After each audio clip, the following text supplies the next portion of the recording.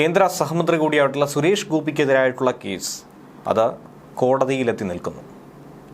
ഈ വിഷയത്തിൽ Kozhikode judicial magistrate കോടതി 4 ഇന്ന് കേസ് പരിഗണിക്കുകയുണ്ടായിരുന്നു. മാധ്യമപ്രവർത്തകയോട് അപമര്യാദയായി പെരുമാറി എന്ന കേസിലാണ് കേന്ദ്രമന്ത്രിക്കെതിരെ നടപടി സ്വീകരിച്ചത്.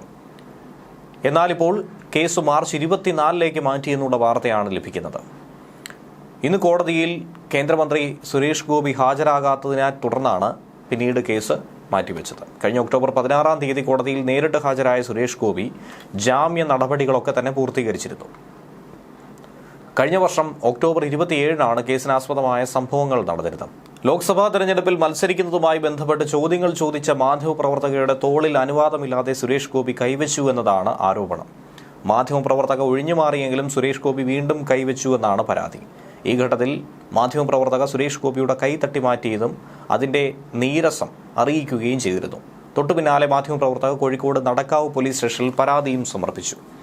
സ്ത്രീത്വത്തെ അപമാനിക്കാൻ വേണ്ടി മോശം ഉദ്ദേശത്തോടുകൂടി പെരുമാറി എന്നാണ് സുരേഷ് ഗോപിക്കെതിരെ മാധ്യമപ്രവർത്തക കമ്മീഷണർക്ക് നൽകിയ പരാതിയിൽ പറഞ്ഞത്. ശേഷം ഗുരുതരമായ വകുപ്പുകൾ ചുമത്തി സുരേഷ് ഗോപിക്കെതിരെ IPC 354 Kerala police act 119A വകുപ്പ് പ്രകാരം കേസെടുത്തു. മാധ്യമപ്രവർത്തകയ്ക്ക് മാനഹാനി ഉണ്ടാക്കുന്ന രീതിയിൽ സുരേഷ് ഗോപി പ്രവർത്തിച്ചുവെന്ന് കുറ്റപത്രത്തിൽ ചൂണ്ടിക്കാണിക്കുന്നു. 2 വർഷം വരെ തടവോ അല്ലെങ്കിൽ പിഴയോ അതല്ലെങ്കിൽ ഇത് രണ്ടും ഒരുമിച്ചോ കിട്ടാവുന്ന ഒരു വകുപ്പായി തന്നെയാണ് ഇതിനെ നോക്കിക്കാണുന്നത്. സംഗതി എന്തായിരുന്നാലും വലിയ വിവാദമായി മാറിയിരുന്നു. തൊട്ടുപിന്നാലെ ഖേദം പ്രകടിപ്പിച്ചുകൊണ്ട് കേന്ദ്രമന്ത്രി രംഗത്ത് വരുന്ന കാഴ്ചയും ഏവരും കണ്ടിരുന്നു. 2023 ഒക്ടോബർ 27 ലോക്സഭാ തിരഞ്ഞെടുപ്പ് ഉൾപ്പെടെയുള്ള വളരെ പ്രധാനപ്പെട്ട വിഷയങ്ങളിൽ മാധ്യമപ്രവർത്തകർ അഭിപ്രായം തേടുന്നതിനിടയിലായിരുന്നു ഈ പരാതിക്ക് അടിസ്ഥാനമായ സംഭവം നടന്നത്.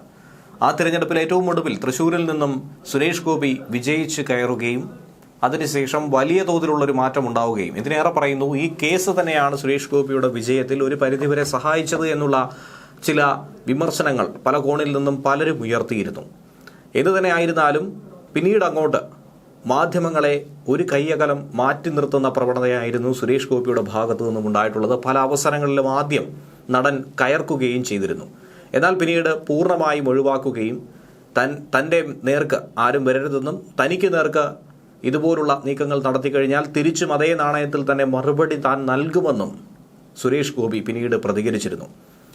ഇതിനുശേഷം മറ്റൊരു മാധ്യമപ്രവർത്തകയോട് സുരേഷ് ഗോപി കയർക്കുന്ന ഒരു സാഹചര്യമുണ്ടായി. അതും കോഴിക്കോട് വെച്ചായിരുന്നു. തോളിൽ കൈവച്ചതുമായി ബന്ധപ്പെട്ട ചോദ്യങ്ങൾ ഉന്നയിക്കുന്ന സാഹചര്യത്തിൽ തന്നെയാണ് അതിരൂക്ഷമായ പ്രതികരണം അദ്ദേഹം നടത്തിയത്. തൃശൂരിൽ ഗരുഡൻ സിനിമ പുറത്തിറങ്ങിയ സമയത്ത് അത് കാണാനെത്തിയപ്പോഴായിരുന്നു അദ്ദേഹം ഇങ്ങനെ ഒരു സംഭവം ഉണ്ടായത്. വിഷയത്തെ സുരേഷ് ഗോപി വളച്ചൊടിച്ചുകൊണ്ടിരിക്കുകയാണെന്ന് മാധ്യമപ്രവർത്തക എടുത്തു പറഞ്ഞു. ഒരു സ്ത്രീ എന്ന നിലയിൽ അവർ നേരിട്ട പ്രശ്നം തനിക്ക് മനസ്സിലാകുമെന്നും ഈ മാധ്യമപ്രവർത്തക എടുത്തു കാട്ടി.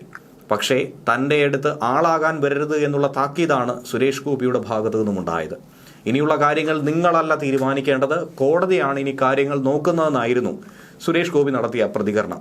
എന്തുതന്നെ ആയിരുന്നാലും സുരേഷ് ഗോപിയെക്കുറിച്ച് പൊതുവിലുള്ള ഒരു ധാരണ അതെങ്ങനെയാണെന്നും സുരേഷ് ഗോപി സൗഹൃദപരമായ രീതിയിൽ കാര്യങ്ങൾ സംസാരിച്ചുവെന്നും അതിനെ വളച്ചൊടിക്കുകയായിരുന്നുവെന്നാണ് BJP നേതാക്കളും ഒരുപറ്റം സുരേഷ് ഗോപിയുടെ അനുകൂല പ്രവർത്തകരുമടക്കം ചൂണ്ടിക്കാട്ടിയത്.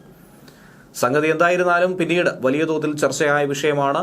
ഇപ്പോഴും അതേക്കുറിച്ചുള്ള ചർച്ചകൾ ഉയർന്നുകൊണ്ടേയിരിക്കുകയാണ്. ഈ കേസുമായി ബന്ധപ്പെട്ട് മുന്നോട്ട് പോവുക തന്നെയാണ് ചെയ്യുന്നത്. അടുത്ത ഹിയറിംഗിൽ ഉറപ്പായും സുരേഷ് ഗോപി എത്തുമെന്നുള്ള സൂചന തന്നെയാണ് നിലവിൽ ലഭിക്കുന്നത്. ന്യൂസ് ഡെസ്ക് മലയാളി വാർത്ത ഇൻസൈറ്റ്.